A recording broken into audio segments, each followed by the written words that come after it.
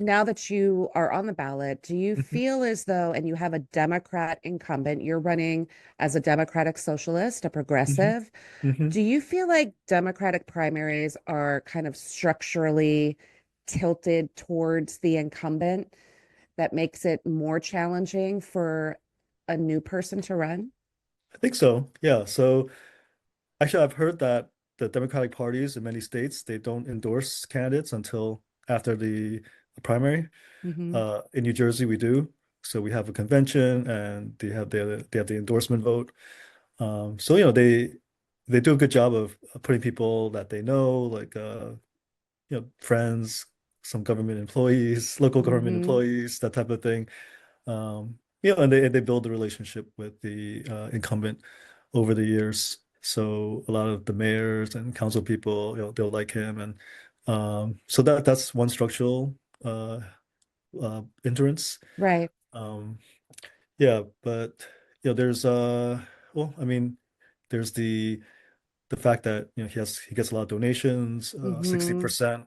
Yeah, 60% of his donations are from corporate PACs. Right. 39% are large donations. So that's a So he doesn't kind of really have to canvass. He yeah, can do ads and kind of do coast and do that. Yeah. wait for the election. Yeah. Mhm. Yeah. And you're out there canvassing all day, every day, from what I understand. You just got back from Yes. canvassing. It is a Yes. Sunday. We are recording on a Sunday. And John was not available until later in the evening because he didn't want to interrupt his canvassing time, which is really respectful. It is a full-time job, but your previous full-time job was as a software engineer. Hmm. So, and you had kind of a firsthand seat to the Yeah, dismantling of the Department of Education when Doge came to town. Tell that's us a right. little bit about that and how it impacted you. That's right. So I worked for the Department of Education on a contract for the Department of Education, so not directly for them.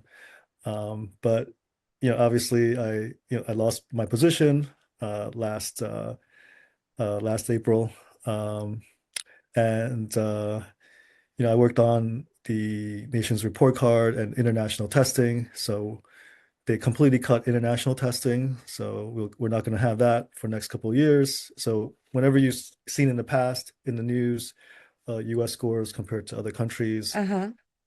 that's that was cut. Gone. Yeah, Just gone. gone. Yeah, and Wild. under the under the Department of Education, there's a National Center of Educational Statistics, right? And they had a staff about I think 13, 14.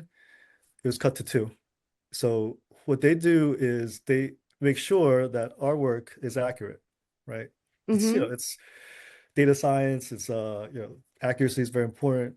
One of the most important things that the U.S. government does is collect data, help policymakers make informed decisions. Sure. So that was a big cut. I mean, I feel like our department isn't as crucial as, like, say, you know maybe the Department of Energy, like if they're looking, Right. handling like the nuclear waste, that type of thing. But 13, But 14 people, John, is not it's exactly still, excessive. It still yeah, sounds a little bare bones. yeah. It was. I mean, it was enough for what they had to do. Like, Yeah. yeah, because they contract out the some of the work to my company and other companies. But Um, then cutting that down to two, Cutting it down to two is ridiculous. impossible. It Yeah, sounds like it would be.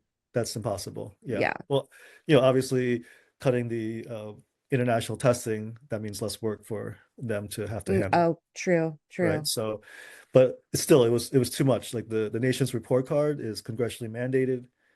It's a big undertaking. So two Mhm. people I don't know how many staffers they have right now, but having those staffers, such few staffers handling that is a big undertaking.